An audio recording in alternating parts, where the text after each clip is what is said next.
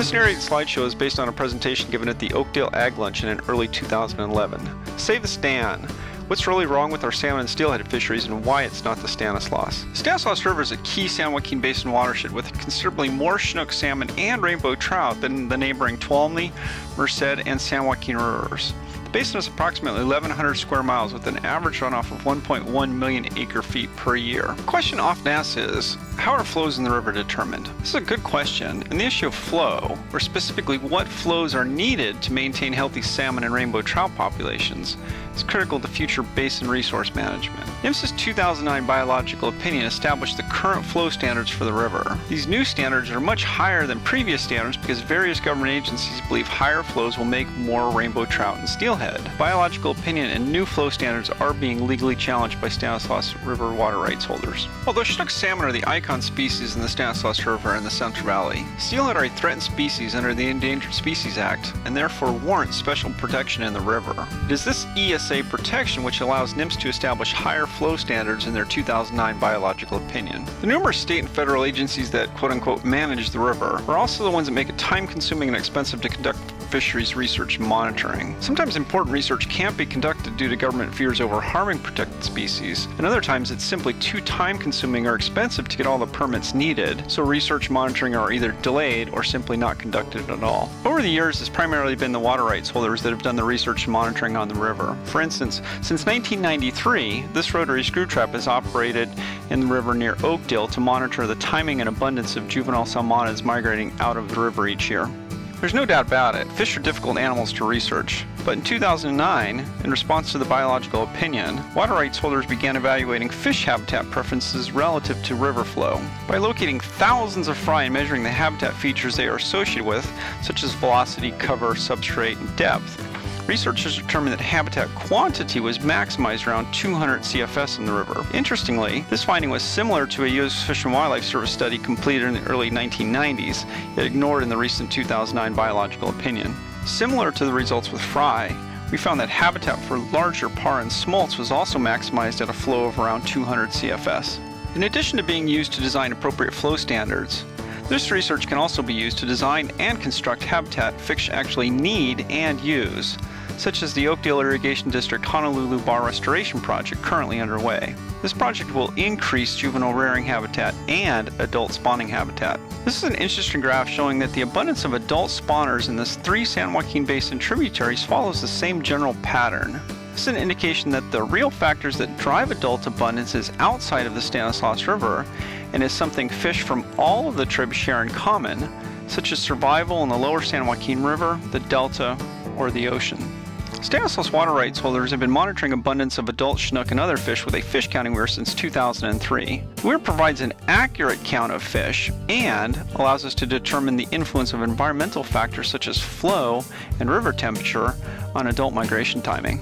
In addition to providing us with an accurate count of salmon, the weir also provides us with a better picture of all the fish migrating into the river. Prior to the operation of the weir, researchers had no way to estimate the abundance of predators in the river, such as these striped bass. Annual monitoring has demonstrated that some stripers live in the river year-round, and that there is a very large run of very large fish each spring, the same time salmon and steelhead smolts are trying to migrate downstream. The weir also provided us with the first estimate of steelhead abundance in the Stanislaus River. Unfortunately, these upstream migrating omicas are relatively rare, with fewer than 20 total fish detected in the first 8 years of sampling. Whereas upstream migrating adult omicas are rare, we catch a fair number of outmigrating juveniles in the rotary screw trap near Oakdale each year.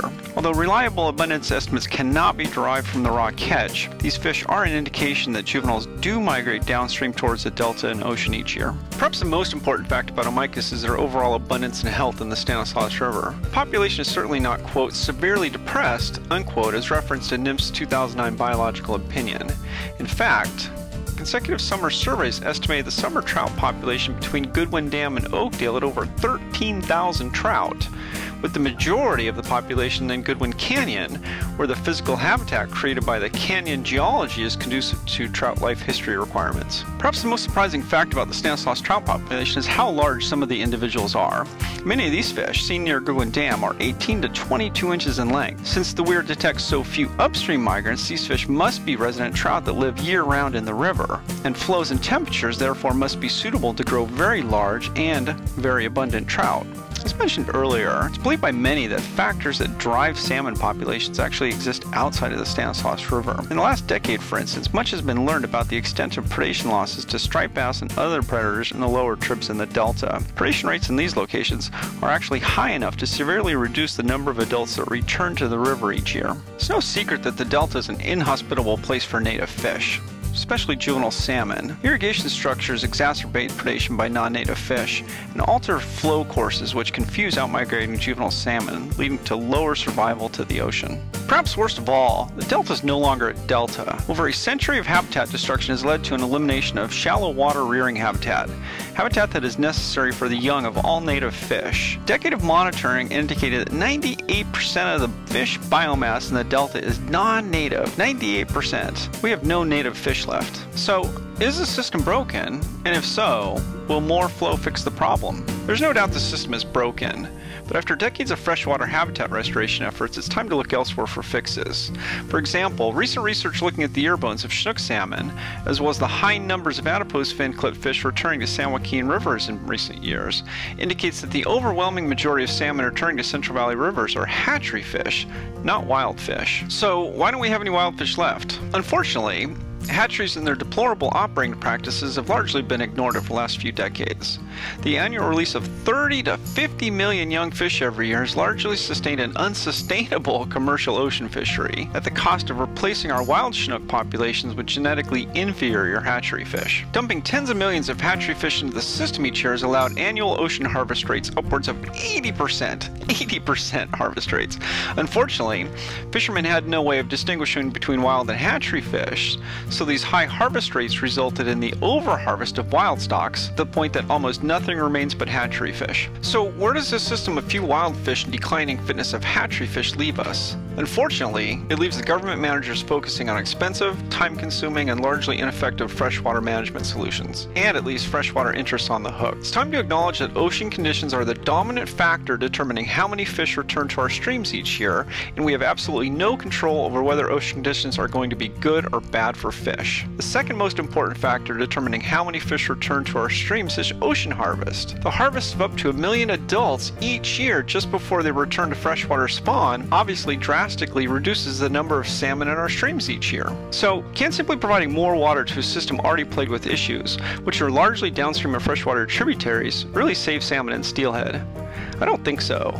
The fact is that fish benefit from cold, wet, high-flow conditions, such as those occurring all of this year, but there's no evidence that managed reservoir releases increase the survival of outmigrating juveniles or of returning adults. It's time to address the real problems associated with declining fitness of salmon and steelhead populations, including recognizing that conditions in the ocean ultimately determine how many salmon and steelhead return each year. More research into and a better understanding of ocean conditions will ultimately be key in sustaining salmon populations, whether we ultimately decide to manage for hatchery populations, wild populations, or both. More marine and freshwater telemetry will also be needed to effectively manage salmon migration, harvest, and escapement. We also need to recognize and address the true impacts of the hatchery harvest addiction. Decades of releasing tens of millions of hatchery fish into the system to sustain ridiculous harvest rates over-harvested our wild stocks and replaced genetically diverse populations with one generic population of 3-year-old hatchery fish. If we really want to sustain wild or at least genetically diverse salmon, then either harvest has to be reduced, or we need to make more effective use of fewer hatchery fish. Evidence also continually demonstrates that predators,